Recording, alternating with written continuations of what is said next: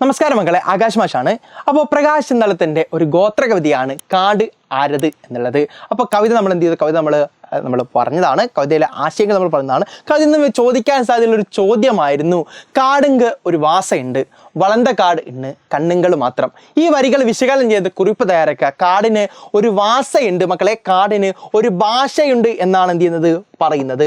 അപ്പോൾ എന്താണ് കാടിൻ്റെ ഭാഷ? കാടിൻ്റെ ഭാഷയിലൂടെ എന്താണ് എന്ത് ചെയ്യുന്നത് വിശകലനം ചെയ്ത് എഴുതാൻ വേണ്ടി പറയുന്നത് നമുക്ക് എന്ത് ചെയ്യാം നോക്കാം.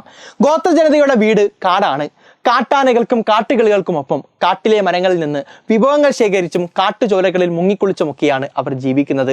കാട് കാടിൻ്റെ മക്കളെ പരിപാലിക്കുന്നു. അവർ തിരിച്ചും.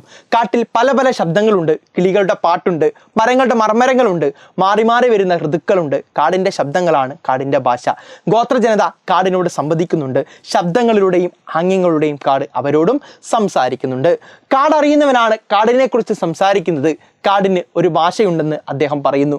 കാടിനെ അറിയുന്നവർക്കും സ്നേഹിക്കുന്നവർക്കും മാത്രം തിരിച്ചറിയാൻ കഴിയുന്ന ഭാഷയാണ്. അവർ കാടിനെ സ്നേഹിക്കുന്നു, കാടിനെ നശിപ്പിക്കാൻ ശ്രമിക്കുകയില്ല.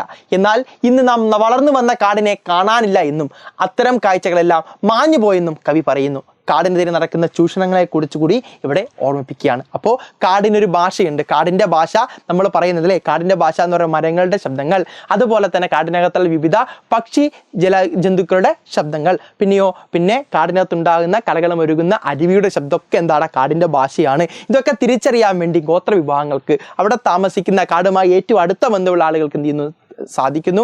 അവരെന്ത് ചെയ്യുന്നു? അവർ ആ ഭാഷ തിരിച്ചറിയുന്നു. കാടിനടുത്ത് നടക്കുന്ന ചൂഷണങ്ങളെ, അക്രമങ്ങളെ തിരിച്ചറിയാനും അതിനെതിരെ ശബ്ദിക്കാനും അവർ തയ്യാറാകുന്നു. ഈ കാര്യങ്ങളൊക്കെ ഉൾക്കൊള്ളിച്ചായിരിക്കണം ഈ ഒരു പാഠഭാഗത്ത് ചോദ്യങ്ങൾ ചോദിക്കുമ്പോൾ ഉത്തരം എഴുതേണ്ടത്. അപ്പോൾ നന്നായിട്ട് ഉത്തരം എഴുതാൻ വേണ്ടി എല്ലാവർക്കും സാധിക്കട്ടെ. നല്ല രീതിയിൽ എന്ത് ചെയ്യണം, നമ്മൾ ഈ ചോദ്യം ചോദിക്കുമ്പോൾ ഉത്തരം എഴുതാൻ വേണ്ടി ശ്രമിക്കുക. എല്ലാവർക്കും ആശംസകൾ.